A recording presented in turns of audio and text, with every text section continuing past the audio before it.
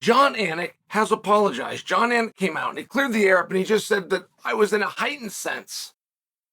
And first off, I must tell you, I was rather surprised how much traction Jon's comment had made in the first place.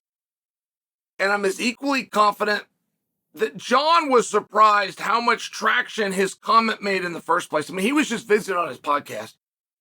He was talking with Kenny Florian. The topic had to do with some verbiage that Jon himself used in the live broadcast while discussing Du Plessis and Michael Strickland. Sean Strickland. So, and he thought that the fans were toxic. He thought that the fans were so hard that Jon, had nowhere to go without being criticized. And I do implore you as the audience to know when you have a consummate professional like Anik, there is not a separation.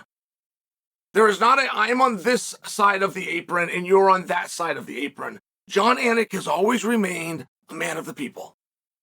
And he oftentimes does get confused that a critique of something he said or somebody, a fan, having a great memory on something he said and then trying to juxtapose it or use irony or something to stick it in his face later.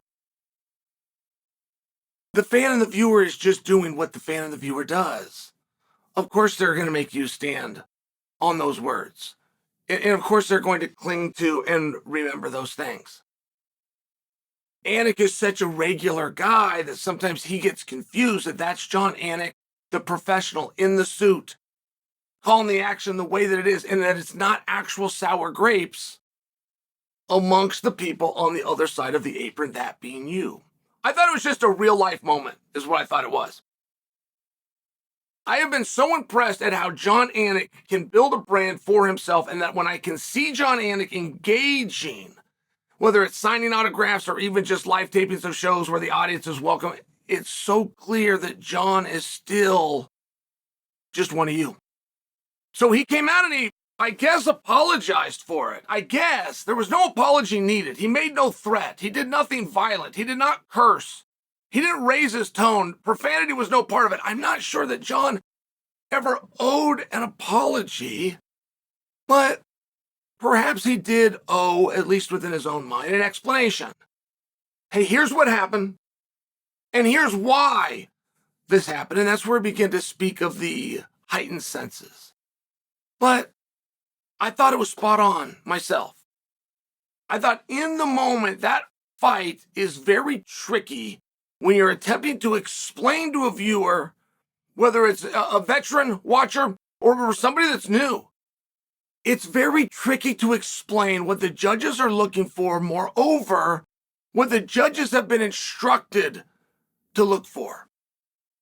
It's hard. That's a hard explanation any way that you want to do it. I thought Jon's hands were clean.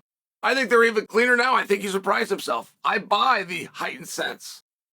I can see where a real person reading comments from their audience is going to affect them. Most people don't have the courage to come out and speak about it. Most people are too rude to acknowledge what the everyday man has to say. But Jon did. And Jon did it very well. And though I don't feel that it was owed, if Jon wants to give an apology, I'll go first. I accept.